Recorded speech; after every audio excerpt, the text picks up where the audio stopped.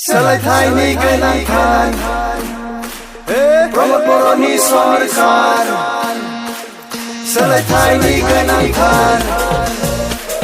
प्रमद बर'नि सरकार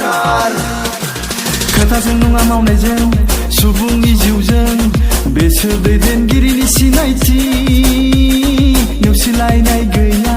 हारिनि मानसि फंबाय दैदेनगिरि होनना बिखौसो बुङो बायदि राव धोरोम आरो गाव हारिनि मोनथाय ट्रेक्टरासो होफैगोन लाबोना सोलायथायनि दैथुन सफैबाय एबार सोलायथायनि गोनांथार UPPLनि सरकार सोलायथायनि गोनांथार प्रमद बर'नि सरकार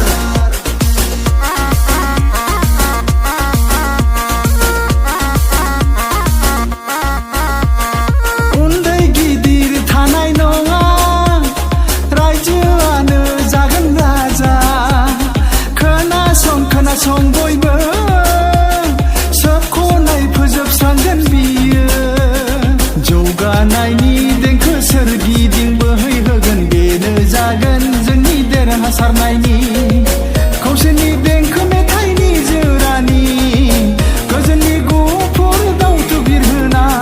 ट्रेक्टर सालायबाय एबार सोलायथायनि गोनांथार UPPLनि सरकार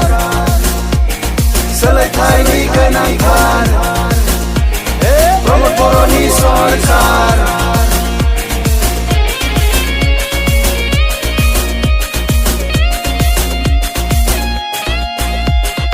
आरो खोनासंला जों आरोबाव नंखाय सत बांसा थिफुदलाफोरनि दुथांफोरनि फोजोबस्रांनायजोंनो लाबोगोन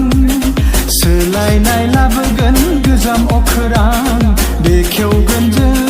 गोदान लामा जोंनि खौसेजों जोंनि गोहोजों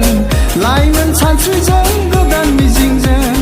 एबार UPPLनि सरकार सोलायथायनि गोनांथार UPPLनि सरकार सोलायथायनि गोनांथार प्रमद बर'नि सरकार खोथाजों नङा मावनायजों सुबुंनि जिउजों